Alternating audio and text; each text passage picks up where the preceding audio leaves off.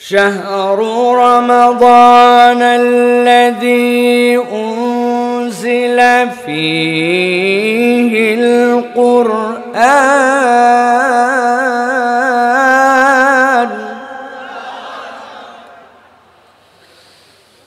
أنزل فيه القرآن هدى للناس وبينات من الهدى والفرقان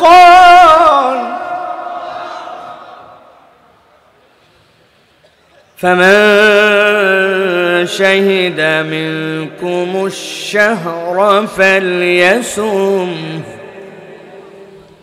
ومن كان مريضا أو على سفر فعدة من أيام أخر يريد الله بكم العسر ولا يريد بكم العسر ولتكملوا العدة ولتكبروا الله على ما هداكم ولعلكم تشكرون وقال الله سبحانه وتعالى إن الله وملائكته يصلون على النبي يا أيها الذين آمنوا صلوا عليه وسلموا تسليما اللهم صل على محمد وعلى آل محمد كما صليت على إبراهيم وعلى آل إبراهيم إنك حميد مجيد اللهم بارك على محمد وعلى آل محمد كما باركت على إبراهيم وعلى آل إبراهيم إنك حميد مجيد الحمد لله প্রিয় ভাইরা আপনারা জানেন আর কয়েকটা দিন পরেই মুসলমানদের কাছে সবচেয়ে দামি পয়গাম নিয়া আমাদের কাছে একটা অনন্য মাস আল্লাহ রাব্বুল আলামিনের দেওয়া নিয়ামতের মাস ওই মাসটি আপনার আমার সামনে হাজির হবে বুঝে থাকলে বলেন তো যেই মাসের কথা আমরা বলছি ওই মাসটার নাম কি আর একটু মহব্বতে বলেন ওই মাসটার নাম কি আল্লাহ রাব্বুল আলামিন কুরআনুল কারীমের মধ্যে অন্য কোন মাসের নাম আলাদা করে উল্লেখ করে রব্বুল আলামিন উল্লেখ করেন নাই কিন্তু আল্লাহ রাব্বুল আলামিন রমজান মাসের নামটা আল্লাহ উল্লেখ করেছেন কিন্তু এই জায়গাতে খেয়াল করার মতো কতগুলো কথা আছে আল্লাহ রাব্বুল আলামিন বলছেন শাহরু রমাদান রমাদান মাস আল্লাযী আল্লাহ বলছেন যার ভিতরে উনজিলা ফীহিল কুরআন রব্বুল আলামিন কোরআনকে অবতীর্ণ করেছেন আপনার আমার কনসেপ্টের মধ্যে রমজান যখন আমরা একবার চিন্তা করি রমজান চিন্তা করার সাথে সাথে একটু ফেয়ারলি যদি আপনি বলেন তাহলে দেখবেন আপনার চিন্তার মধ্যে রমাদান মানে রোজা রমাদান মানে আপনার আমার জন্য সিয়াম পালন এই কনসেপ্টটা আপনার আমার মধ্যে সর্বপ্রথম আছে জিজ্ঞাসা যদি করা হয় রমাদান কিসের মাস আমরা বলে ফেলি সিয়ামের মাস কিন্তু আল্লাহ রাব্বুল আমিন বলছেন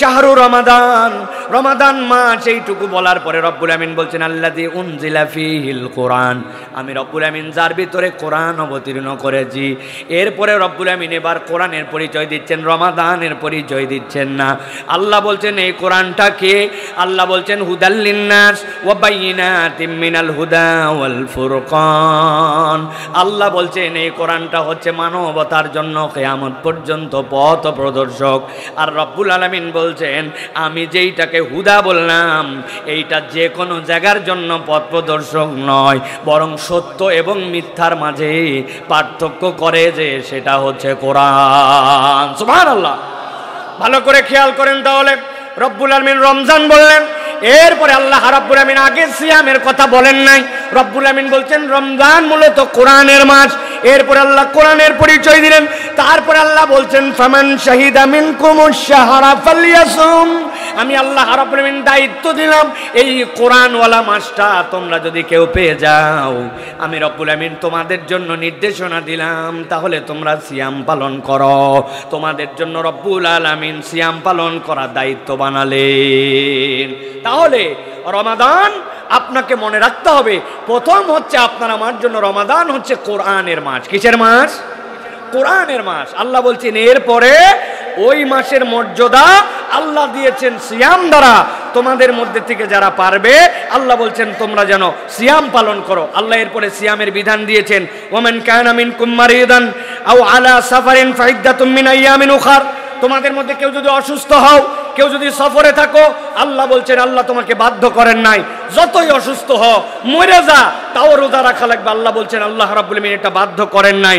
আল্লাহ বলছেন ইউরিদুল্লাহু বিকুমুল উসরা ওয়ালা ইউরিদু বিকুমুল উসরা। আল্লাহ তোমাদের জন্য সহজ করতে চান, রব্বুল আলামিন তোমাদেরকে এই বিধান দ্বারা কঠিন কিছু দিতে চান না। কিন্তু আমি যদি আমার ভাইদের কাছে আজকে বলতে চাই যে প্রিয় ভাইয়েরা, রমাদান তো আমাদের কাছে সমাগত, কিন্তু এই রমাদানের প্রস্তুতি কি আমাদের আছে কিনা? রমাদানের প্রস্তুতি আছে আমাদের? কি প্রস্তুতি আছে আপনাদের? আমাদের রমাদানের প্রস্তুতি হচ্ছে সোয়াবিন তেল কিছু কিনে রাখতে হবে, পেঁয়াজের দাম যদি বেড়ে যায় পেঁয়াজের প্রস্তুতি নিতে হবে, ভালো ভালো খেজুর আগের থেকে কিনে কম দামের কিছু খেজুর ম্যানেজ করতে হবে, আর রমজান কেন্দ্রিক আমার কিছু বাজার সদাই করতে হবে। এই বাজার সদাইয়ের জন্য আমাদের প্রস্তুতি আছে। কিন্তু রমাদান বেসিক্যালি এই খেজুর কিনা, রমাদান বেসিক্যালি এই ছোলা কিনা, মুড়ি কিনা, এই প্রস্তুতির জন্য রমাদান আসে নাই, বরং রমাদানের জন্য আল্লাহ রসুলের দেখানো একটা প্রস্তুতি আছে। ওই প্রস্তুতির ব্যাপারে আমরা মোটামুটি বেখবর। যদি বলেন হুজুর একটা পরীক্ষা নেন, আমি যে কোনো একজনের কাছে একটা পরীক্ষা নিতে পারি। ভাইয়েরা, এইবার রমজান মাস আরবি হিজরি সালে কোন সাল পড়তেছে একটু বলতে হবে। দু একজনকে ধরলেই মাথা নিচু করে ফেলবে যে হুজুর আরবি সাল তো আমার জানা নেই। এখানে এরকম লোক আছে কিনা ভাই? প্রিয় ভাইয়েরা, আমি একটা থিমকে সামনে রেখে আপনাদের কাছে সংক্ষিপ্ত কয়েকটি কথা বলবো। আমি আপনাদের কাছে একটা শ্লোক, একটা 2 লাইনের একটা পংক্তি বলতে চাই। আর কটা দিন পরে বিশ্ব মুমিন ঘরে আসছে খুব দামি এক মেহমান, মাহে রমাদান। আর কটা দিন পরে বিশ্ব মুমিন ঘরে আসছে খুব দামি এক মেহমান, মাহে রমাদান। এই থিমের উপরে আমি আপনাদের কাছে সর্বোচ্চ 10 থেকে 15 মিনিটের অনন্য কিছু বার্তা দিয়ে যেতে চাই। যদি এই থিমকে ধারণ করে আমরা আমাদের রমজানের প্রস্তুতি নেই, ইনশাআল্লাহ বিগত সময়ের থেকে আমাদের এবছরের রমজান ভিন্ন রকম কিছু হতে পারে। আল্লাহ যেন আমাদেরকে তৌফিক দান করেন। একটা মুখ বন্ধ রাখবেন না, সকলে বলেন আল্লাহুম্মা আমিন। আপনারা যারা যারা ঘুমায় গেছেন তারা হাত তোলেন। আলহামদুলিল্লাহ। বালিশ দিতে হবে আপনাদেরকে। আপনারা ঘুমাননি তো ভাই? কারা কারা ঘুমান না এবার দুটো হাত উঁচু করেন, শক্ত করে হাত দুটো টান টান করেন। করছেন সবাই? হাত সোজা হয় নাই। এবার ডানে বামে তাকায় দেখে নেন কাদের হাত সোজা হয় না আর কারা কারা হাত তোলে নাই। কি ব্যাপার? হাত শক্ত করে তোলেন। ডানে বামে একটু তাকায় দেখেন কারা 2 হাত উঠাতে পারে নাই। 2 হাত তুলছেন সবাই? তুলছেন? এবার একটুখানি টানা দেন, টানা দেন। এবার পেছন দিকে দেন, পেছনে, সামনে দেন। এবার একটু ডানে দেন, এবার একটু বামে দেন। হাত সোজা করেন, গলাটা পরিষ্কার করেন।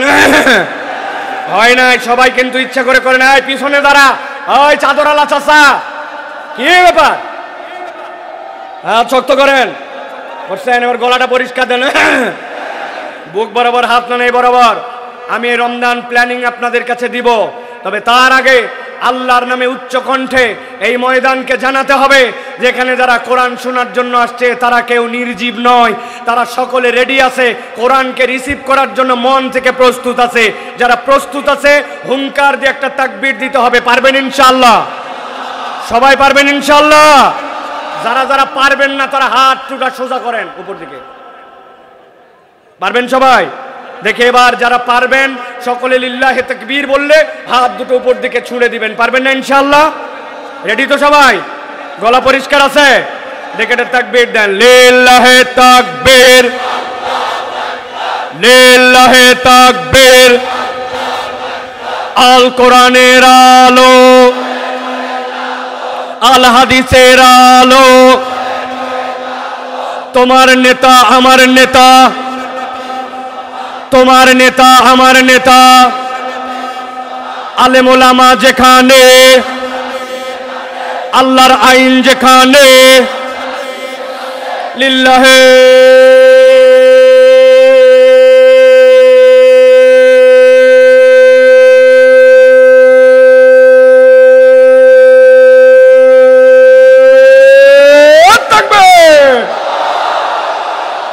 আলহামদুলিল্লাহ। হাত নামান। শয়তান আছে আর? রমজান প্রস্তুতি শুনতে দিব না, গাফেল বানায় রাখবো। শয়তানকে এই সুযোগ দেওয়ার সুযোগ নাই, কেননা আল্লাহু আকবারের স্লোগান শুনলে শয়তান থাকতে পারে না, ঠিক কি না? এই জন্য এই বাংলাদেশে অনেকে আল্লাহু আকবারের স্লোগান পছন্দ করে না। ইনশাআল্লাহ আগামীর বাংলাদেশ ইসলামের বাংলাদেশ, আগামীর বাংলাদেশ কোরআনের বাংলাদেশ, আগামীর বাংলাদেশ বৈষম্যহীন বাংলাদেশ, আগামীর বাংলাদেশ ইনশাআল্লাহ তরুণ যুবকদের বাংলাদেশ। ওই বাংলাদেশে আল্লাহু আকবারের পক্ষে যারা, তাদের পক্ষে আমরা, আল্লাহু আকবারের পক্ষে যারা না, তাদের পক্ষে আমরা নয়, ঠিক না?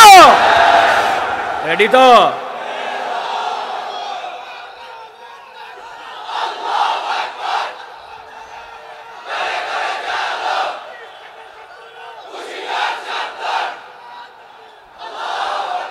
আলহামদুলিল্লাহ। এখন তাহলে মোটামুটি এনার্জি ফুল ফুল। আমরা তাহলে এখন মূল আলোচনায় প্রবেশ করি।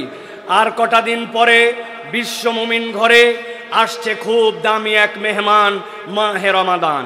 প্রিয় ভাইয়েরা, আমরা যদি একটুখানি লক্ষ্য করি, তাহলে আমরা যদি আমাদের কোনো মেহমান এরকম যদি থাকেন, যিনি বিদেশে থাকেন অথবা অনেক দিন পর আমাদের বাড়িতে আসতেছেন, আপনি খেয়াল করলে দেখবেন ওই মেহমান যদি আপনার ব্যক্তিগত পছন্দনীয় আপন আত্মীয় হয়, তাহলে ওই মেহমানের জন্য আপনার একটা প্রস্তুতি আছে, আছে কি না? কি ধরনের প্রস্তুতি নেন? আপনার মেহমান যত আপনার আপন হবে, আপনার মেহমান যত আপনার পছন্দনীয় হবে, তার জন্য আপনার প্রস্তুতি তত হবে।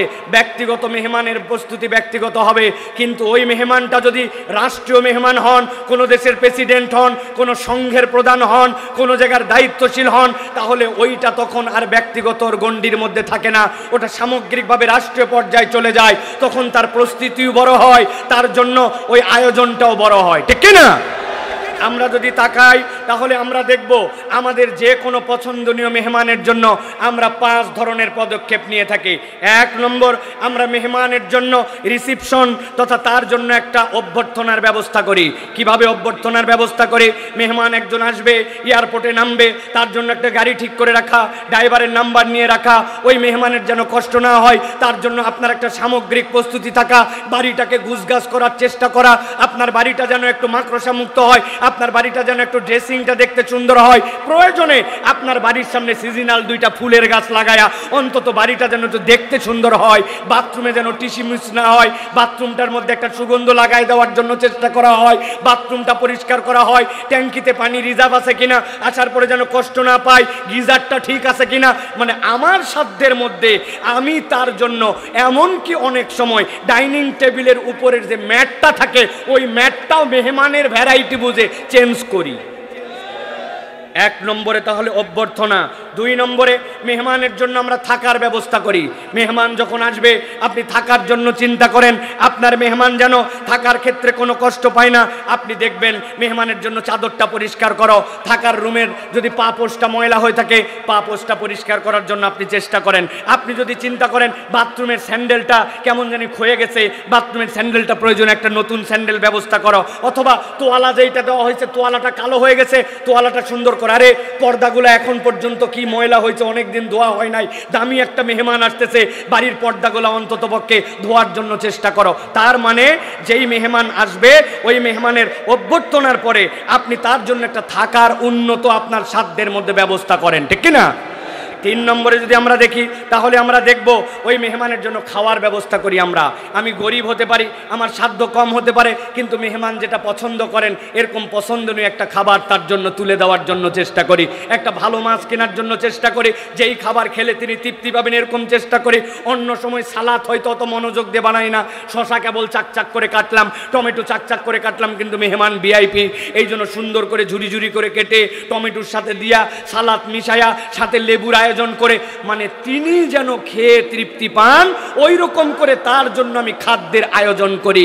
গরিবও যদি হয় পাশের বাসার থেকে একটা ডিম চেয়ে নিয়েছে, অনেক সময় বাঙালি মেহমানদারি করে, এই অভ্যাস আমাদের আছে। তাহলে তার জন্য আমরা একটা খাওয়ার ব্যবস্থা করি। 4 নম্বর কি করি, আমরা তার বিনোদনের দিকে খেয়াল রাখি। বিনোদন মানে কি, বাড়িতে ওয়াইফাই লাইনটা 2 মাস বেতন দেওয়া হয় নাই, টাকা দেওয়া হয় নাই জন্য কেটে দিছে, মেহমান আসবে ইন্টারনেট ব্যবহার করা লাগতে পারে, এই ইন্টারনেটের লাইনটা ঠিক করতো। বাড়িতে উনি পেপার পড়ার অভ্যাস থাকতে পারে, তার জন্য একটা ডেইলি দৈনিকের ব্যবস্থা করো। বাড়িতে হয়তো বা টিভি বা কোনো একটা মাধ্যম আছে যেখানে হয়তো কিছু দেখবেন উনি, ওই টিভিটা একটু ঝিরঝির করে, উনি হয়তো ওইটা দেখবে, এই জন্য ওইটা আপনি অনেক সময় ঠিক করার জন্য চেষ্টা করেন। তার বাচ্চা কাচ্চা আসতেছে, ওই বাচ্চা কাচ্চার জন্য আপনার কোনো একটা এন্টারটেনমেন্টের ব্যবস্থা থাকে। তার মানে আপনার বাড়িতে তিনি যেন বোর ফিল না করেন, তার বিনোদন দেওয়ার জন্য আমরা আমাদের সাধ্যের মধ্যে চেষ্টা করি, ঠিক কিনা প্রিয় ভাইয়েরা? 5 নম্বরে আমরা আমাদের মেহমানদেরকে উপহার দেওয়ার চেষ্টা করি। অনেক দিন পর আমার আত্মীয়টা আসছে বিদেশ থেকে, নতুন বউ নিয়ে প্রথম আসতেছে, এর আগে আমাদের বাড়িতে আসে নাই, বাচ্চা হওয়ার পরে এখন পর্যন্ত তার সাথে আমার দেখা হয় নাই। তাহলে আপনি সাধ্যের মধ্যে চেষ্টা করেন যে অন্তত পক্ষে তার জন্য কিছু উপহার দেওয়ার জন্য। হাজার অবস্থা খারাপ হোক, ছোট বাচ্চা একটা যাওয়ার সময় 200 টাকা হাতের মধ্যে ঢোকায় দেয় যে একটু চকলেট খেও, একটা পাঞ্জাবি হলে কিনে দেয়, একটা নতুন জামাই আসছে তার জন্য অন্তত একটা লুঙ্গি হলেও বাঙালি দিয়ে উপহার দিয়ে তাকে বিদায় করে, ঠিক কি না? আর যদি ওই মেহমান অনেক উপহার নিয়ে আসে, আপনার তখন আরো চিন্তা হবে, হায় হায় আমার জন্য বিদেশ থেকে আসছে, সাবান আনছে, শ্যাম্পু আনছে, প্রত্যেকের কথা মনে করে করে জামা কাপড় আনছে, আবার হাতের আংটি আনছে, গলার জন্য ছোট বাচ্চার চেন আনছে। তাহলে কেবল লুঙ্গি দিয়ে বিদায় করলে হবে না, একটু ভালো করে তার জন্য উপহার দিয়ে বিদায় করার জন্য চেষ্টা, এটা মানবীয় গুণাগুণের অংশ। 6 নম্বরে যেই মানুষটা চলে যাচ্ছে তার জন্য আমরা একটা বিদায়ী সংবর্ধনা দেই। বিদায়ী সংবর্ধনার সবচেয়ে নিম্ন রূপ কতটুকু হয়, লিফটের থেকে নেমে অন্তত পক্ষে তার গাড়িতে উঠানো পর্যন্ত আপনি আগায় যান, জড়ায় ধরে বলে আবার আসবেন, কিন্তু ভালো করে মেহমানদারি করতে পারলাম না। আর যদি রাষ্ট্রীয় মেহমান হয় তাহলে রাষ্ট্রীয় মেহমান তার বিদায়ের জায়গা পর্যন্ত যে তাকে সি অফ করে বিদায় করার পরে হাত দিয়ে তাকে ইশারা করে তারপরে তাকে সম্মানের সাথে বিদায় করে। আমরা যদি খেয়াল করি তাহলে অভ্যর্থনা, থাকার ব্যবস্থা, খাওয়ার ব্যবস্থা, বিনোদন, উপহার এবং বিদায়ী সংবর্ধনা, এই বিষয়গুলি আমাদের মেহমানের সাথে আমরা করে থাকি, ঠিক কিনা প্রিয় ভাইয়েরা? আমরা কি থিম বলেছি? আমরা বলেছি আর কটা দিন পরে বিশ্ব মুমিন ঘরে আসছে খুব এক দামি মেহমান, মাহে রমাদান। মাহে রমাদান আমাদের জন্য কিরকম মেহমান? এই মাহে রমাদান এমন মেহমান যে মাহে রমাদান আপনার আমার জন্য ইতকুম মিনান নিরান নিয়ে আসবে, জাহান্নাম থেকে আপনাকে আমাকে মুক্ত করবে, আল্লাহর পক্ষ থেকে রহমত নিয়ে আসবে, বরকত নিয়ে আসবে, মাগফিরাত নিয়ে আসবে। যেই বান্দা 1 অক্ষর পড়লে তার জন্য 10 সওয়াব হতো, আল্লাহর বান্দা ওই রমাদানের মতো ওইটা 700 গুণের বেশি পেয়ে যাবে। এমন এক রাত আল্লাহ রাব্বুল আমিনের মধ্যে দিয়েছেন, ওই বান্দা এক রাত্রে ইবাদতে কমসে কম 84, উপরে তার জান্নাতে যাওয়ার জন্য যতটুকু লাগে ততটুকু পর্যন্ত রব্বুল আলামিন তাকে দিয়ে দিবেন। এই রকম মাহে রমাদান আপনার আমার জন্য শয়তানকে আটকায়া জাহান্নামের দরজা বন্ধ করে জান্নাতের দরজা খুলে আপনার জন্য এরকম এক ভিআইপি মেহমান আসতেছে। জিজ্ঞাসা করতে চাই যে এই মেহমান এত কিছু নিয়ে আপনার কাছে আসতেছে, তার অভ্যর্থনা কি হবে, তার থাকা কি হবে, তার খাওয়া কি হবে, তার বিনোদন কি হবে, তার উপকার কি, উপহার কি হবে, আর তার বিদায়ী সংবর্ধনা কি হবে? এ বিষয়ে কি আপনার আমার কনসেপ্ট ক্লিয়ার আছে? একটু আগে আপনাদের কাছে জিজ্ঞাসা করেছিলাম রমজানের প্রস্তুতি আছে কিনা। আছে মানে ছোলা কিনে ফেলছি হুজুর, এই বছর আল্লাহর দয়ায় পেঁয়াজের দাম কম, তাও 5 কেজি পেঁয়াজ কিনে রাখছি। সোয়াবিন আমার বউ আগের থেকেই বলছে দাম বাড়ে কি কমে জানি না, পেঁয়াজি যেহেতু ভাজাই লাগবে, আর বাঙালির পেঁয়াজি বেগুনি না হলে ইফতারি হবে না, ওতে 10 কেজি সোয়াবিন রেডি, আমার রমাদান শুরু। তাই না ভাই? চলেন এবার একটু হিসাব মিলায় দেখি, রমাদান আমাদের কাছে আসতেছে, এই রমাদানের অভ্যর্থনা আপনার আমার জন্য কি হবে? রমাদান তো সেরকম কোনো রাষ্ট্রদূতের মতো শরীর নিয়ে আসতেছে না, অথবা রমাদান তো তার আক্ষরিক কোনো অবয়ব নিয়ে আমাদের কাছে আসতেছে না। কিন্তু এই রমাদানের অভ্যর্থনা কি হবে? যেরকম আমি আমার বাসা গুছাই, যেরকম আমি আমার বাসার জন্য প্রস্তুতি নেই, যেরকম আমার ভ্যাসটার মধ্যে একটা ফুল রেখে দিয়ে অন্তত পক্ষে মেহমানের জন্য আমার ফুলদানিটা সাজানোর চেষ্টা করি, আমার জন্য তার বাড়ির সামনে ফুল লাগানোর চেষ্টা করি, বাথরুমের দুর্গন্ধ দূর করার জন্য চেষ্টা করি, তোয়ালাটা পরিবর্তন করার চেষ্টা করি। এটা মেহমানের জন্য অভ্যর্থনা। তার জন্য এয়ারপোর্টে তার গাড়িতে আসার জন্য যেন কোনো সমস্যা না হয়, ড্রাইভারের নাম্বারটা পর্যন্ত হোয়াটসঅ্যাপ করে দিয়ে রাখি। কিন্তু আমার রমাদানের অভ্যর্থনা আমার জন্য কি হবে? প্রিয় ভাইরা, রমাদানের অভ্যর্থনা হচ্ছে মুমিন জীবনের হৃদয়ের মধ্যে একটা ব্যাকুলতা থাকবে। রমাদান আসতেছে, ওই রমাদানের জন্য সে দিন গুণা শুরু করবে। নবী করিম সাল্লাল্লাহু আলাইহি সাল্লামের ব্যাকুলতা ছিল, 2 মাস আগের থেকে নবীজি দোয়া করতেন, আল্লাহুম্মা বারিক লানা ফি রজব ওয়া শাবান ওয়া বাল্লিগনা ফি রমাদান। হাদিসের মধ্যে আসতেছে নবী করিম সাল্লাল্লাহু আলাইহি সাল্লামের সাহাবায়ে কেরাম 6 মাস পার হয়ে যাওয়ার পর থেকে রমজানের জন্য প্রহর গুনতে শুরু করতেন। রমজানের জন্য আপনার অভ্যর্থনা, আপনার মনের তামান্না, আপনার তাড়না, এটা প্রত্যেক ইমানদারের মধ্যে থাকতে হবে। রমাদান যেদিন শুরু হলো সেদিন থেকে আপনি শুরু করলেন এরকম নয়, বরং আপনার হৃদয়ের মধ্যে এটার জন্য আকর্ষণ থাকতে হবে।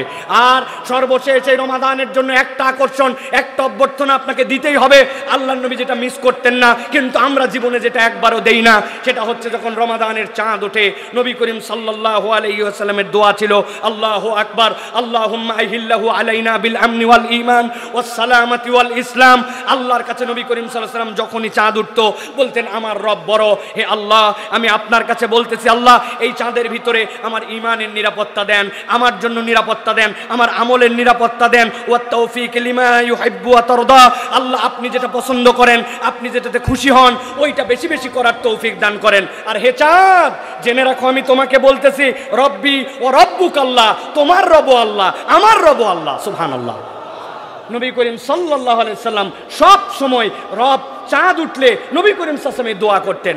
আপনার আমার এরকম কোনো চিন্তা নাই, বরং আমরা টিভির উপর নির্ভর করে আছি। এই চাঁদ দেখা গেছে নাকি?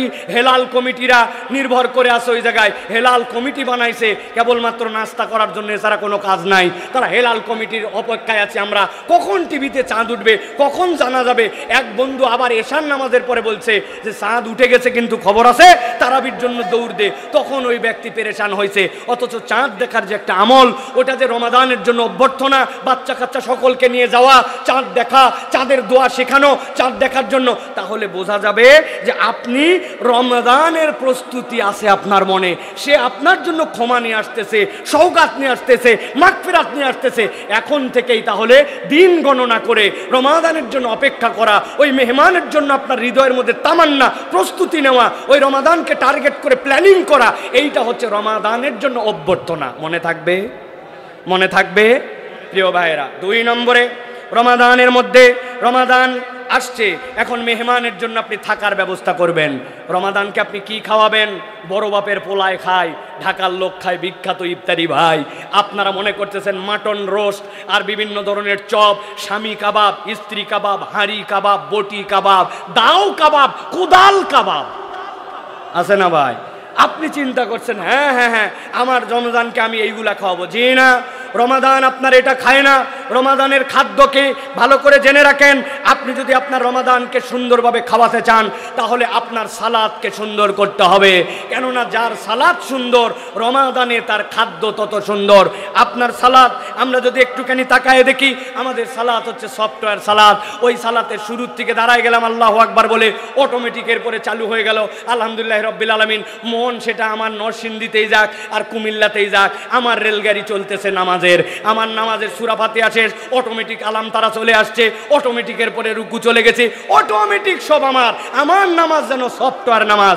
আমার নামাজের মধ্যে আমার কোনো চিন্তা নাই, ভাবনা নাই, পরিকল্পনা নাই, এমনকি আমার নামাজ যে ঠিক হচ্ছে কিনা এইটাও কোনোদিন চিন্তা করি নাই। আপনার মসজিদে কত মাহফিল হলো, কত আয়োজন হলো, কিন্তু আপনার আমার মসজিদে কি কখনো নামাজের ওয়ার্কশপ হয়েছে? বলে হুজুর নামাজের আবার ওয়ার্কশপ কি জিনিস? হ্যাঁ, নামাজের একটা ওয়ার্কশপ। আমি আমার রুকু তো দেখতে পাই না, হুজুর দেখেন তো আমার রুকুটা ঠিক আছে কিনা। আমি আমার সিজদা তো ঠিক মতো দেখতে পাই না, আমার সিজদা ঠিক আছে কিনা। 70 বছর হয়ে গেছে মুরব্বী, সিজদায় যায় 2 হাত মাটির সাথে একবারে বগল দাবা করে লাগায়। এরকম মুসল্লি নাই ভাই? এরকম করলে যে নামাজ হবে না এরকম নয়, কিন্তু এইটা একটা মাকরু। আপনি জানেন না আপনার নামাজটা সুন্দর হয় নাই। যার নামাজ সুন্দর হয় না ওই ব্যক্তির সাথে রমাদান প্রপারলি থাকে না। কেননা নবী করিম সাল্লাল্লাহু আলাইহি ওয়াসাল্লাম বলেছেন, মান কামা রমাদানান ঈমানান ওয়া ইহতিসাবান গুফিরা লাহু মা তাকাদ্দামা মিন যামবিহি। আল্লাহ নবী বলছেন, কেউ যদি রমাদানের মধ্যে আল্লাহ রাব্বুল আলামিনের সন্তুষ্টির জন্য বুঝে সুঝে ঈমান এবং সওয়াবের আশায় প্রপারলি সালাত আদায় করে, আল্লাহ তার অতীতের সকল গুনাহ মাফ করে দেন। সুবহানাল্লাহ। আল্লাহ যেই সালাত দ্বারা আপনার গুনাহ মাফ করে দেন, আল্লাহ রাব্বুল আমিন যেই সালাত দ্বারা আপনাকে মুক্ত করে দেন, আজ পর্যন্ত আমাদের নামাজের কোনো প্ল্যান নাই। ওই যে ছোটবেলায় 3টা সূরা শিখছি, আলাম তারা, কুল হু আল্লাহ আর ফালাক আর নাস, তারপরে চতুর্থ কোনো সূরা নাই। আপনি প্ল্যান করেন এইবার রমাদানে আমি নতুন 2টা সূরা শিখব। আপনার বন্ধুকে জিজ্ঞাসা করেন, দোস্ত তোর কয়টা সূরা মুখস্থ আছে? বলছে, দোস্ত আমার তো 4টা সূরা মুখস্থ। কি কি বলতো? এই 4টা সূরা। কোরআনের একটা অ্যাপস আছে, আল কোরআন, কোরআনের একটা অ্যাপস আছে কোরআন শিখার বিভিন্ন ধরনের। ওই কোরআনের অ্যাপস থেকে আপনি সুন্দর করে বলছেন, দোস্ত তুই অ্যাপস নামা, আলাম তার অর্থটা তুই শিখ, আমিও শিখি। সুবহানাকাল্লাহুম্মা বিহামদিকা সারা জীবন পড়লাম, আজ পর্যন্ত সুবহানাকাল্লাহর অর্থ জানলাম না। রমাদানের মধ্যে আমার নামাজটা যেন সুন্দর হয়, এই জন্য আমি দোয়ার অর্থ শিখব, তাসবির অর্থ শিখব, 3টা নতুন সূরা শিখব। কিচ্ছু যদি না পারি ভাই, আমি রমাদান কেন্দ্রিক কোরআনে সূরা বাকারার 185 নম্বর আয়াত থেকে আল্লাহ বলেছেন, আমি আয়াতগুলো অন্তত মুখস্থ করার জন্য চেষ্টা করি। ভাই রে ভাই, ওই যে ক্লাস 6-7 যেই কেরাত, আমার আজকে বাধ্য 6, 7, 4, 5 যে কয়টার অর্থ জানতাম এখন পর্যন্ত আমার অবস্থা তাই। আপনি বিশ্বাস করেন আপনার রমাদানকে আপনি সুন্দর করে আপ্যায়ন করতে পারছেন না, খাওয়াতে পারছেন না। যুগের পরে যুগ আমাদের কাছে রমাদান আসলো, লাইফে পরিবর্তন আসে নাই। এর অন্যতম কারণ আমরা আমাদের নামাজের ব্যাপারে যত্নশীল নই, ঠিক কি না? এই রমজান থেকে শপথ নেন যে হুজুর ইনশাআল্লাহ আমরা নতুন কিছু না পারলেও 30 দিনে 3টা সূরা মুখস্থ করব। রাজি আছেন ইনশাআল্লাহ? ছোট হোক বড় হোক ইনশাআল্লাহ চেষ্টা করব। রাজি আছেন আপনারা? আর একটা শপথ নেব, এই রমাদান থেকে আমরা কোনো নামাজ, সেটা ফরজ হোক, নফল হোক, তাহাজ্জুদ হোক, আমার যে নামাজই পড়ব আমি 7 তাসবির নিচে আমার নামাজ আদায় করব না। রুকুতে যাওয়ার পরে সুবহানাল্লাহ আল্লাহ, সুবহানাল্লাহ আযীম, সুবহানাল্লাহ আযীম, সুবহানাল্লাহ আযীম, আরে আল্লাহ, সুবহানা রাব্বিয়াল আযীম পর্যন্ত বলে না। সিজদায় যাওয়ার পরে সুবহানাল্লাহ আল্লাহ, সুবহানাল্লাহ আল্লাহ, সুবহানাল্লাহ আল্লাহটা কোথায় পাইলেন আপনি এটা? অথচ আমাদের অধিকাংশ আমরা এরকম করে পড়ে ফেলতেছি। তাহলে আমরা প্ল্যান করব সিজদার তাসবিহ এবং রুকুর তাসবিহ, এই রমাদান থেকে 7 তাসবির নিচে রুকু করব না, সিজদা করব না। আমার নামাজের ভেতরের তাসবিহাত যেগুলা, ওইগুলার অর্থ জানার জন্য চেষ্টা করব। আপনি যদি এই চেষ্টা করেন তাহলে আপনি আপনার রমাদানকে ইনশাআল্লাহ সুন্দর করে একটা খাওয়ার আয়োজন করে দিতে পারবেন। এই রমাদান থেকে আমরা কমসে কম 7 তাসবিহ দিয়ে রুকু সিজদা করব, এর নিচে উঠব না। কারা কারা রাজি আছেন? বুঝে বলেন, কিন্তু আন্দাজে আবেগে হাত তুলেন না, হাত নামান।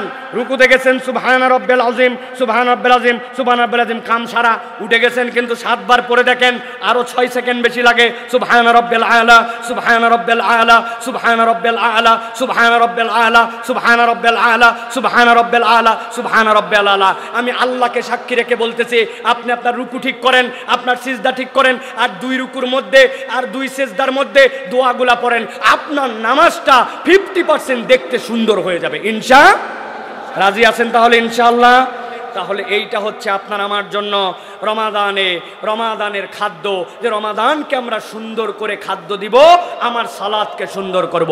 হুজুররা একটু উদ্যোগ নেন, মাদ্রাসার পক্ষ থেকে উদ্যোগ নেন, আল্লাহর ওয়াস্তে যে আলেম ওলামা তালেবে ইলম ছুটি হয়ে যাচ্ছে, মাদ্রাসা বাড়িতে যাচ্ছেন, সব মুরব্বীদেরকে বলেন, চাচা আসেন তো, রুকুটা ঠিক হয় কিনা একটু দেখি, কোমরটা কেমনে সোজা করতে হয়, হাতটা বৈঠকের সময় কোথায় রাখতে হয়, সিজদার সময় কেমনে দিতে হয়, তোলার সময় কেমনে নামাতে হয়, উঠতে হয় কেমনে, 2 সিজদার মধ্যে কেমনে সোজা করতে হয়, সিজদাটা কেমনে দিতে হয়, নখগুলা কেমন থাকবে, এইরকম করে একটা উদ্যোগ নেন।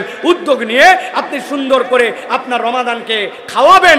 এই মানসিকতাটা নিয়ে নামাজের জন্য যদি আমরা সুন্দর করি, ইনশাল্লাহ আমাদের রমজান আমাদের কাছে উত্তম খাদ্য পাবে। মনে থাকবে ইনশাল্লাহ। প্রিয় ভাইয়েরা, 3 নম্বর যেটা আপনাদের কাছে বলতে চাই সেটি হচ্ছে, রমাদান এসেছে, আপনার মেহমান এসেছে, এখন আপনার মেহমানকে আপনি রেখেছেন সুন্দর করে, কিন্তু আপনি আপনার মেহমানকে এখন খাওয়াবেন কি? রাখছেন তো আপনি সালাদ দিয়ে সুন্দর করে, কিন্তু রমাদানের খাদ্যটা কি হবে আপনার জন্য? রমাদানকে আপনি কি খাওয়াবেন একটুখানি চিন্তা করে দেখেন। আপনি আপনার রমাদানকে তো আগেই বলেছি পেঁয়াজি বেগুনি কিছুই খাওয়াতে পারেন না, তাহলে আপনি রমাদানকে কি খাওয়াবেন? রমাদানকে আপনি খাওয়াবেন, রমাদানের খাদ্য হচ্ছে কোরআন। আল্লাহ বলছেন শাহরু রমাদান আল্লাযী উনজিলা ফীহিল কোরআন। আল্লাহ বলছেন রমাদান হচ্ছে এমন মাস যেই মাসের মধ্যে আল্লাহ রাব্বুল আলামিন তোমাদের জন্য কোরআনকে অবতীর্ণ করেছেন। এই জন্য আমি বলবো প্রিয় ভাইরা, রমাদান তার কাছে সবচেয়ে সুন্দরভাবে আহরিত হবে, রমাদান সবচেয়ে সুন্দরভাবে তার বাড়িতেই আপ্লুত হবে যার বাড়িতে এবং যার জীবনে যত বেশি কোরআনুল কারীমের সাথে সম্পর্কিত হবে। কিন্তু আমরা আক্ষেপ, আমরা যদি একটুখানি কল্পনার দিকে তাকাই তাহলে আমরা দেখতে পাই আল্লাহ রাব্বুল আলামিন এই কুরআনুল কারীম দ্বারা রমাদানের মূলত পরিবর্তনের ঘোষণা দিয়েছেন। আল্লাহ বলছেন শাহরু রমাদান আল্লাযী উনজিলা ফীহিল কোরআন, রমাদানের মধ্যে কোরআন তোমাদেরকে দেওয়া হলো। কিন্তু আমরা কি চিন্তা করলাম? আমরা চিন্তা করলাম খালি সিয়াম পালন করলাম। আল্লাহ আপনাকে প্রেসক্রিপশন দিলেন, ওই প্রেসক্রিপশন আমি ফলো করলাম না, আল্লাহর প্রেসক্রিপশন রেখে দিয়ে আমরা আমাদের মতো করে জীবন চালাচ্ছি। রমাদানের পরে রমাদান রেখে গেল, এখন পর্যন্ত রোজাদার নামাজি হয় না। রমাদানের পরে রমাদান চলে গেল, রোজাদার মিথ্যা ছাড়ে না। রমাদানের পরে রমাদান চলে গেল, আগের মুসলমান আর পরের মুসলমানের কোনো পার্থক্য হয় না। এর অন্যতম কারণ রমাদান আছে আমাদের সাথে, কিন্তু কুরআনুল কারীমের সাথে আমাদের সম্পর্ক নাই। শপথ করেন যে আমরা রমাদানের আগেই আমরা কুরআনুল কারীম শেখার জন্য চেষ্টা করব। রমাদানের আগেই আমরা প্ল্যান করব যে আমরা কতটুকু সূরা মুখস্থ করব। পুরা কুরআনুল কারীম সাধ্যের মধ্যে থাকলে একবার অনুবাদ আমরা যদি শেষ করতে পারি, তাহলে এই রমাদান থেকে আমরা কুরআনুল কারীমকে মূল এন্টারটেইনমেন্ট দিতে পারবো। আফসোস আর দুঃখ প্রিয় ভাইরা, বাংলাদেশে তারাবি নামে এক ধরনের বিনোদন হয়, আছে আপনাদের এলাকায় ভাই? আমাকে একজন বলছে হুজুর তারাবির মানেই তো তাড়াতাড়ি, নিজে নিজে ব্যাখ্যা দান করছে। তারাবি এইটার মানে কি? এইটা ইস্তিরাহাত। আগেকার এক একজন নামাজ পড়তেন, এক একটা 2 রাকাত নামাজ পড়তে তাদের সময় লাগতো 40 মিনিট, 4 রাকাত নামাজ পড়তে লেগে যেত 1.5 ঘন্টা। তাবেঈনে কেরাম এরপরে তাদের পা ব্যথা হয়ে যেত, ওই ব্যথার থেকে বাঁচার জন্য তারা একটু রিল্যাক্সের জন্য অবসর নিতেন 4 রাকাত পরে। এখন আমাদের নামাজ পড়তে লাগে এক এক রাকাত 3 মিনিট, 2 রাকাত পড়তে লাগে 5 মিনিট, 4 মিনিট 4 রাকাত পরে বসা, এটা একটা নতুন তামাশার মতো হয়ে দাঁড়াইছে আমাদের জন্য, ঠিক কিনা? হ্যাঁ, বসি আমরা, সমস্যা নাই, কিন্তু আমাদের নামাজের তেলাওয়াত যেন সুন্দর হয়। আমাদের যারা হাফেজে কোরআন আছেন তারা যেন সুন্দর করে তেলাওয়াত করে। অতএব আপনার রমাদানকে যদি আপনি সুন্দর করে এই মেহমানকে সম্মান দিয়ে খাওয়াতে চান, তাহলে আপনার কোরআনকে সুন্দর করতে হবে। কোরআন যার যত সুন্দর, রমাদান তার তত সুন্দর। প্রিয় ভাইয়েরা, এরপরে আপনাদের কাছে যেটা বলেছি, আর কটা দিন পরে বিশ্ব মুমিন ঘরে আসছে খুব দামি এক মেহমান, মাহে রমাদান। ওই রমাদানের জন্য চতুর্থ যে বিষয়, সেটি হচ্ছে বিনোদন। আপনি আপনার বাড়িতে যখন কোনো মেহমান এসেছে, তার জন্য কি বিনোদনের ব্যবস্থা করেছেন? আপনি বিনোদনের ব্যবস্থা করেছেন, ওয়াইফাইয়ের পাসওয়ার্ডটা ঠিক করেছেন, মনে আছে কিনা আপনাদের কাছে বলেছি। আপনি আপনার বাড়িতে একটা পত্রিকা রেখে দিয়েছেন, আপনি আপনার বাড়িতে চিন্তা করেছেন অন্ততপক্ষে তার যেন দুর্গন্ধ না লাগে, দুর্গন্ধের জন্য ওই ব্যবস্থাটা ঠিক করেছেন। আপনার ছাদের উপরে একটা সুন্দর দোলনা ছিল, ওই দোলনাটার এক পাশটা ছিঁড়ে গেছিল, যারা মেহমান আসছে তাদের ছোট্ট একটা বাচ্চা আছে, ওই দোলনাটাতে দুললে সে একটু আনন্দ পাবে, এই জন্য আপনি তার জন্য ব্যবস্থা করেছেন। আমার কোনো এন্টারটেনমেন্টের ব্যবস্থা নাই, পাশে একটা সুন্দর পার্ক আছে, পাশে একটা ঘোরার জায়গা আছে, আপনি অনেক সময় সুযোগ থাকলে আপনি সেই জায়গায় নিয়ে যে আপনার মেহমানকে বিনোদন দেন। ঢাকায় যখন কেউ আমাদের বাড়িতে আসে, প্রথম রিকোয়ারমেন্ট থাকে চিড়িয়াখানায় ঘুরতে নিয়ে যাবেন তো, আমাদের জন্য একটু শিশু মেলায় নিয়ে যাবেন তো, যাই কিনা ভাই? প্রিয় ভাইরা, এখন আপনার জন্য রমাদানকে আপনি কি বিনোদন দিবেন, ভালো করে এই পয়েন্টটা মুখস্থ রাখেন। রমাদানের বিনোদন হচ্ছে আপনার আচার আচরণের পরিবর্তন। রমাদান আপনার কাছ থেকে দোলনাতে উঠবে না, রমাদান আপনার কাছ থেকে শিশু মেলায় যাবে না, চিড়িয়াখানা দেখতে যাবে না, কিন্তু যেই রমাদান আপনার জন্য এতগুলা পয়গাম সওগাত নিয়ে এসেছে, ওই রমাদানের বিনোদন হচ্ছে আচার আচরণের পরিবর্তন। প্রিয় ভাইরা, আমি মিথ্যা কথা অব্যাহত রেখেছি, আমি চগলখুরি করি, আমি এখন পর্যন্ত বান্দার হক নষ্ট করে গীবত গিল্লা করি, আমি এখন পর্যন্ত কথাবার্তায় সুন্দর নয়। আপনার রমাদান আপনার কাছ থেকে বিনোদন পায় নাই, অতএব আপনাকে একটা প্ল্যানিংয়ের মধ্যে আসতে হবে। এইবার রমাদানে আমি বিনোদন দিতে চাই, মিথ্যা কথা কথায় কথায় আসতো, গালি মুখ থেকে বের হতো, আমি এখান থেকে বেরিয়ে যাব। আল্লাহ কুরআনুল কারীমের মধ্যে বলেছেন, ওয়ালা তুসাইর খাদ্দাকা লিন্নাস ওয়ালা তামশি ফিল আরদি মারহা। আমার মধ্যে একটা হাম্বড়াই আছে, একটা অহংকার আছে, আমি কথা বললেই কেমন জানি চটে চটে মানুষের সাথে কথা বলি। অথবা আমি রমাদান থেকে চিন্তা করব আমার কথাটা যেন সুন্দর হয়, অহংকার যেন দূর হয়। আল্লাহ বলছেন ওয়াকসুদ ফি মাশিক ওয়াকদুদ মিন সাউতিক। আল্লাহ বলতেছেন তুমি তোমার চলাফেরায় নম্র হও, তুমি তোমার কথা বলায় সুন্দর হও। আমি এখন থেকে আমার এই সকল জিনিসগুলো আইডেন্টিফাই করব। আমার একটু রাগ বেশি, বাহিরে খুব ভালো, কিন্তু বউয়ের কাছে গেলে আমার গরমটা যেন কেন 100 হয়। আছে না ভাই এরকম লোক? অতএব আপনি এখান থেকে বেরিয়ে আসার জন্য চেষ্টা করবেন। আপনি যদি আপনার আচার আচরণ সুন্দর করতে পারেন, তাহলে আপনার এই মেহমানকে আপনি সম্মান দিতে পারবেন। অতএব এর জন্য আপনার একটা প্ল্যান লাগবে যে আপনি আপনার রমাদানে আচার আচরণ এবার ঠিক করবেন। প্রিয় ভাইরা, 5 নম্বর যেটা প্ল্যানিং, সেটা হচ্ছে গিফট।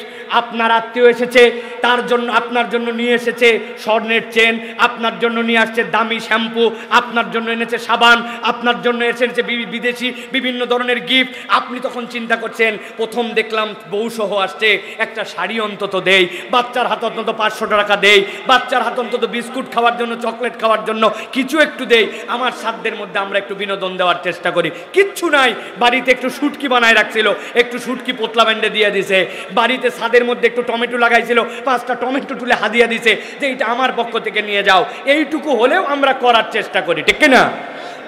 প্রিয় ভাইয়েরা, আপনার রমাদানকে আপনি কি গিফট দিবেন?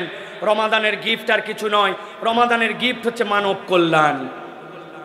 আপনি আপনার দুনিয়াতে একটা ডায়লগ বের করেছেন, নিজে বাঁচলে বাপের নাম। এর থেকে বড় ইসলামের নামে তহমত আর কিছু হতে পারে না। মুসলমান কখনো এই সংজ্ঞা দিতে পারে না। আল্লাহ বলছেন, কুনতুম খয়রা উম্মাহ উখরিজাত লিন্নাস, তোমাকে সৃষ্টি করা হয়েছে মানুষের জন্য, আপনি খালি আপন আপন ভাবনা নিয়ে আসেন। রমাদানকে যদি বিনোদন দিতে চান, তাহলে আপনার জন্য মানব কল্যাণের চেষ্টা করতে হবে। দুস্থ, অনাথ, যেই সকল বিপদগ্রস্ত, তাদের পাশে দাঁড়াতে হবে। আপনার প্রচেষ্টা হবে আপনার সাধ্যের মধ্যে মানব কল্যাণে কিছু করা। কিচ্ছু পারি নাই, মসজিদের অজুখানাটা আমি পরিষ্কার করে, মসজিদের পাশে ওয়ালে কারা যেন পোস্টার লাগাইছে, পোস্টারটা তুলে দিছি। একটা ছোট্ট একটুখানি রাস্তা ছিল, যে রাস্তার পুলের গোড়াটা এখন পর্যন্ত কেন জানি মিলে নাই, গাড়িগুলা ওঠার সময় একটু ধাক্কা খায়। রাখ, এটা সড়ক ও জনপদের কাজ, আমার কাজ কিনা না। আপনি চিন্তা করছেন আমি একটুখানি মানব কল্যাণের চিন্তা করে এই রাস্তাটা একটু ঠিক করে দেওয়ার জন্য চেষ্টা করি, কোনো একটা ভাই বিপদে পড়ছে তার জন্য একটু আগায় যায়। আপনি যদি মানব কল্যাণের কোনো একটা শপথ নেন, সমাজ পরিবর্তনের সারথি হন, আপনি আপনার প্রোগ্রামে কেবল ব্যক্তিগত না রেখে সামগ্রিক যারা ভালো কাজ করে তার সাথে একটু যুক্ত হন, আল্লাহ রাব্বুল আলামিন আপনাকে আমাকে যে রমজান দিয়েছিলেন, ওই রমাদান তাহলে আপনার পক্ষ থেকে একটা গিফট পাবে। এই জন্যই বলা হচ্ছে, ইন্না হাদা কানা লাকুম জাযাআন ওয়া কানা সাইয়ুকুম মাশকুরা। তোমাদের মধ্যে থেকে ওই প্রচেষ্টা, যেই প্রচেষ্টাগুলো আল্লাহ পছন্দ করেন, ওইটা করলে তুমি আল্লাহর কাছেও প্রশংসিত হবে, আল্লাহও সেটা কৃতজ্ঞতার সাথে স্মরণ রাখবেন। কোন কাজ? যেটা তার বান্দার কল্যাণের জন্য বান্দা করে। অতএব এই রমাদানে আমাদের প্রস্তুতির একটা অংশ হচ্ছে রমজানকে গিফট দেব মানব কল্যাণ দিয়ে। সর্বশেষ যেটা বলতে চাই, প্রিয় ভাইরা, রমাদানকে আমরা বিদায় দিব, আমাদের বিদায় দেওয়ার সময় সংবর্ধনা দেই। কি বলেছিলাম? কিছু দূর আগায় যায় অন্ততপক্ষে তাকে একটা বিদায় দেওয়ার জন্য চেষ্টা করি না ভাই? রমাদানের বিদায় কি হবে? রমাদানের বিদায় আর কিছু নয় প্রিয় ভাইরা, রমাদানের সবচেয়ে বড় সম্পদ, ইমানদারের সবচেয়ে বড় হাতিয়ার, সেটা হচ্ছে রমাদানের বিদায় হচ্ছে উত্তম দোয়ার প্র্যাকটিস করা। এই পয়েন্টে কথা বললে আপনারা মনে কষ্ট পান প্রিয় ভাইরা, আমরা আল্লাহর কাছে ফেরতও আসি না, আল্লাহর কাছে আমরা দোয়াও করি না। অথচ আল্লাহ বলছেন, আফালা ইয়াতুবুনা ইলাল্লাহ ওয়া ইস্তাগফিরুনাহু, তোমরা কি আল্লাহর কাছে ফেরত আসবে না এবং তার কাছে ইস্তেগফার করবে না? আপনি আমি আল্লাহর কাছে দোয়া করি আর ইস্তেগফার করি, আমি শত জায়গায় বলি এই দোয়া, এই ইস্তেগফার অনেক সময় এটা স্বয়ং আমাদের জন্য বেয়াদবি হয়। আল্লাহ চাইতে বলছে কেমনে আর আমি চাই কেমনে? আমার চাওয়ার সাথে আল্লাহর যে বলে দেওয়া পদ্ধতি তার কোনো মিল নাই। ভালো করে খেয়াল করেন, এই পয়েন্টটা মাথার মধ্যে ঢুকায় রাখেন। আপনি নামাজের মধ্যে আল্লাহর কাছে সালাম ফিরিয়েছেন, ফেরার পরে আল্লাহর কাছে তাসবিহ হাতের পরে দোয়া করবেন। কে হিসাব বেয়াদব আমরা, হাত তুলতে দেরি রব্বানা আছে কিনা ভাই? আছে। আপনি এই যে কি বলে আল্লাহর কাছে চপাত করে মারিয়ে দিলেন, আপনি বলছেন রব্বানা যালামনা আনফুসানা ওয়া ইল্লাম তাগফির লানা ওয়া তারহামনা লানাকুনান্না মিনাল খাসিরিন। আল্লাহ, আমার গুনাহ, আমার অপরাধ, আমার ভুল, এর কোনো শেষ নাই, আই রব তুমি আমাকে ক্ষমা করে দাও। আপনি একবার চিন্তা করেন তো, যেই কথা বলে আল্লাহর কাছে আপনি দোয়া করলেন, ওইটার মধ্যে কোনো রকম কিছু না, এই যে মারলেন। এইটাই যদি আপনি, শায়েখ আহমদুল্লাহ এখানে উপস্থিত, আপনার কোনো একটা সমস্যা, এই সমস্যার জন্য আপনি তার কাছে গেছেন যে শায়েখ আপনার কাছে আমার কথা আছে, শায়েখের পিএস বলছে থামা, আগেই যাওয়া যাবে না, সিরিয়াল আছে। উনি বলতেছে আমার কথা বেশিক্ষণ লাগবে না, আমার রেডি আছে কথা, আমার ছেলের একটা চাকরি দরকার, শায়েখের পরিচিত অমুক আছে, তার কাছে আমি একটুখানি নিবেদন দিবার জন্য আমি শায়েখের কাছে জাস্ট খালি আর্জিটা দিব। আপনি ঘরের মধ্যে অনুমতি পাইছেন ঢোকার সাথে সাথে সালাম দিচ্ছেন, আসসালামু আলাইকুম শায়েখ, আপনি কেমন আছেন? আমার ছেলেটা কিন্তু অনার্স মাস্টার সবগুলো ভালো রেজাল্ট করছে, তার জন্য একটা চাকরির দরকার, মেহরবানি করে আপনি 2-4টা চাকরির ব্যবস্থা করে দেবেন। গেলাম, আসসালামু আলাইকুম। শায়েখ ডাক দিয়ে বলবে, এই আমার কোন পিএস এই লোককে ঢুকাইছে, ওর চাকরি আগে দূর করা দরকার, কোন ব্যক্তির মাথা ঠিক আছে আর ঠিক নাই, যাকে তাকে আমার কাছে কেন আসতে দাও? আর এই লোকটা যদি আপনার মন্ত্রী হয়, তার কাছে যে আপনার কোনো একটা নিবেদন আছে, আপনি মন্ত্রীর কাছে গেছেন, যাওয়ার পরে ঢোকাই যায় না, কোনো মতে ঢুকছেন, ঢুকে আপনি মন্ত্রীকে সালাম দিয়ে বলছেন, আসসালামু আলাইকুম মন্ত্রী সাহেব, আপনি কিন্তু আমার এলাকা থেকে মন্ত্রী হয়েছেন, আমি কিন্তু আপনাকে মহব্বত করে ভোটও আপনাকে দিয়েছিলাম, আমার ছেলের কিন্তু চাকরি জরুরি দরকার, তার কাগজপত্র সব ঠিক আছে, আপনার কাছে দিয়ে গেলাম, আগামী 7 দিনের মধ্যে একটা চাকরির ব্যবস্থা করে দেবেন, আসসালামু আলাইকুম। মন্ত্রী বলবে ধরে একে বাঁধতে ফেলা, ঠিক কিনা? আপনি এই জায়গায় জোরে জোরে ঠিক বলতেছেন, কিন্তু আপনি আমি নিজের জীবনে হিসাব মিলাই দেখি, আপনার আমার দোয়াগুলা ঠিক এই রকমই। সালাম ফিরালাম অথবা দোয়া করতে মন চলে, একটু হাত তুললাম, আর হুজুরকে দেখতে পাইছি, হুজুর আমার জন্য দোয়া করবেন, আমার চাকরির জন্য দোয়া করবেন, আমার ছেলের জন্য দোয়া করবেন, আমার ছেলের জন্য হাফেজ হয় দোয়া করবেন, আমার বউয়ের মাজা ব্যথার জন্য দোয়া করবেন। তার দোয়া হুজুর কন্ট্রাক্টরে নিচে, আমি খালি চাওয়ার মধ্যে আছি, নিজের দোয়া আমি নিজে করি না, ঠিক কিনা? ভালো করে বোঝেন, রমাদানের বিদায় হচ্ছে আপনার জন্য একটা উন্নত দোয়া। আপনি আল্লাহর কাছে দোয়া করেছেন, হাত তুলে, আপনার হাত তুলে দোয়া ফুরায় না। আপনি সিজদায় গেছেন, আপনার সিজদায় দোয়া ফুরায় না। আপনি চিন্তা করছেন, হুজুর রাব্বানা আতিনা ফিদ দুনিয়া আর রাব্বানা জালামনার বাহিরে তো কোনো দোয়াই জানা নাই, ফুরাবে আবার কেমনে? এ করতে তো 1 মিনিট লাগে না। আমি জিজ্ঞাসা করতে চাই, শালঘরের মুসলমান, আপনি আপনার এলাকার সিএনজি আলার জন্য কোনোদিন দোয়া করেছেন? আপনার এলাকার কৃষকের জন্য দোয়া করেছেন? বাসের ড্রাইভারের জন্য দোয়া করেছেন? ভিক্ষুকদের জন্য দোয়া করেছেন? বেনামাজির জন্য দোয়া করেছেন? ডোনাল্ড ট্রাম্পের জন্য কোনোদিন দোয়া করেছেন? ইলন মাস্কের জন্য দোয়া করেছেন? আপনি মনে করছেন হায় হায় হুজুর কয় কি, ডোনাল্ড ট্রাম্প এটা কাফের, ওর জন্য আবার দোয়া কি? অথচ আল্লাহর নবী সাল্লাল্লাহু আলাইহি সাল্লাম কাট্টা কাফের, কাফেরের বাচ্চা কাফের, ইসলামের 1 নম্বর দুশমন আবু জেহেলের জন্য আল্লাহর নবী দোয়া করছেন, আল্লাহ আবু জেহেল অথবা ওমর, এই 2 জনের মধ্যে থেকে একজনকে অথবা 2 জনকে তুমি হেদায়েত দাও। আল্লাহর নবী আবু জেহেলের জন্য হেদায়েতের দোয়া করে, আর আমি আমার দোয়ার সাবজেক্ট খুঁজে পাই না। হুজুর আমার বাচ্চার জন্য দোয়া করবেন, আপনি আপনার বাচ্চার জন্য সিজদায় গেছেন, চোখগুলা বের হওয়ার যা জোগাড় হয়েছে, 30 মিনিট ধরে আল্লাহর কাছে বলছেন, আল্লাহ আমার ছেলেকে তুমি ইমাম নববীর মতো বানাও, ইমাম মুসলিমের মতো বানাও, আবু হানিফার মতো বানাও। আল্লাহ তুমি আমার গুনাহ মাফ করে দিবে না কেন? আল্লাহ তুমি আমাকে দাও, আমার রিজিকে দাও, এলাকায় দাও। আল্লাহ আমি তো আর কিচ্ছু মনে করতে পারতেছি না, আল্লাহ আর কি কি বাদ গেছে তুমি একটু আমাকে মনে করে দাও। ওহো, ঢাকার 8 নম্বর বাসের হেল্পারদের জন্য দোয়া করলাম, আল্লাহ ঢাকার ফুটপাতের দোকানদার জন্য দোয়া করলাম, আয় রব্বুল আলামিন এমন মানুষ যারা সুযোগ ছাড়া পরে নামাজ পড়ে না তাদের জন্য দোয়া কর। আল্লাহ পৃথিবীর বিভিন্ন জায়গায় যারা কাজের বুয়া আছে, খালাম্মা আছে, এরা কাজ করে, এদের জন্য দোয়া করলাম। আপনি আল্লাহর কাছে দোয়া করবেন, যার দোয়া যত সুন্দর তার রমাদানের বিদায়ের প্রস্তুতি তত সুন্দর। আল্লাহ বলতেছেন, ওয়া আনিবু ইলা রাব্বিকুম ওয়া আসলিমু লাহু মিন ক্বাবলি আন ইয়াতিয়াকুমুল আযাব সুম্মা লা তুনসারুন। আল্লাহর আযাব এসে যাওয়ার আগে, সময় ফুরাবার আগে আল্লাহর কাছে তোমরা ফরিয়াদ করো, কিন্তু আমরা ফরিয়াদ করি না। আমাদের ফরিয়াদ হচ্ছে একটা আল্লাহর কাছে বেয়াদবির মতো। অতএব প্রিয় ভাইয়েরা, আমি আপনাদের কাছে আবারও বলতে চাই, আর কটা দিন পরে আসছে বিশ্ব মুমিন ঘরে খুব দামি এক মেহমান, মাহে রমাদান। ওই মেহমানের অভ্যর্থনা, থাকার ব্যবস্থা, খাওয়ার ব্যবস্থা, বিনোদন, উপহার, বিদায়ী সংবর্ধনার জন্য প্রস্তুত হই। অভ্যর্থনাটা হচ্ছে আল্লাহর জন্য ব্যাকুল হওয়া, রমাদানের জন্য ব্যাকুল হওয়া। থাকার ব্যবস্থা হচ্ছে তার জন্য সালাত, খাওয়ার ব্যবস্থা হচ্ছে তার জন্য কোরআন, বিনোদনটা হচ্ছে তার আমাদের আচার আচরণ ঠিক করা, গিফট দিতে চাইলে মানব কল্যাণে যুক্ত হওয়া, আর তার জন্য বিদায়ী সংবর্ধনা, আল্লাহর জন্য দিল খুলে খুলে দোয়া করা। নবী করিম সাল্লাল্লাহু আলাইহি ওয়াসাল্লাম বলছেন, যে রমাদান পেল আর নিজের গুনাহ ক্ষমা করে নিতে পারলো না, নবীজি বলছেন সে ধ্বংস হোক, রগিমা আনফু, তার নাক ধুলামলিন হোক। আল্লাহর নবী বলেন না এই কথা, জিবরাইল আমিন বলেছেন, নবী আমিন বলেছেন। নবীর আমিন যদি একবার হয়, ওই দোয়া কখনো ব্যর্থ হয় না। অতএব আসুন আমরা আমাদের এবারের রমাদানটা একটুখানি ব্যতিক্রম করি। ছোট্ট একটা বার্তা, এই কথাগুলি ছড়িয়ে দেওয়ার জন্য চেষ্টা করেন। যতটুকু মনে আছে শোনেন, না হলে আবার শোনেন, নিজে প্রস্তুতি নেন, নিজে একটা খাতা কলম নিয়ে নিজের রমাদানকে সুন্দর করার জন্য উদ্যোগ নেব। কারা কারা এখানে আসেন যারা এবারের রমাদান সুন্দর করার জন্য খাতা কলমে লিখে একটা প্রস্তুতি নেব, আগামীকাল থেকে শুরু হবে। আপনারা সকলে হাত তুলবেন না ভাই, মেহেরবানি করে। অনেকে আছে গেলে হাত তোলার জন্য রেডি হয়ে আছেন, খবরদার হাত তুলবেন না। আগে বোঝেন যে লিখিতভাবে সুন্দর করে একটা প্ল্যানিং করবো এই রমাদান সুন্দর করার জন্য। যারা লিখবেন তারা কেবল হাত তোলেন, আর হাত তোলা যাবে না যে আমি কি করব না করব, কয়টা সূরা জানা আছে, কয়টা সূরা শিখবো, নিজের কোন খারাপ আচরণ আছে বাদ দেব, মিথ্যাটা বাদ দেব, গীবতটা বাদ দেব, অপরকে দাওয়াত দিব, কোরআন তেলাওয়াত বাড়াবো, 1 খতম কোরআন দিব। করা যাবে না, লেখা যাবে না। আল্লাহ আমাদেরকে কবুল করবেন, আল্লাহুম্মা আমিন। হাযা মা ইনদি ওয়াল ইলমু ইনদাল্লাহ সুবহানাকাল্লাহুম্মা বিহামদিকা আশহাদু আল্লা ইলাহা ইল্লা আনতা আস্তাগফিরুকা ওয়া আতুবু ইলাইক ওয়াসসালামু আলাইকুম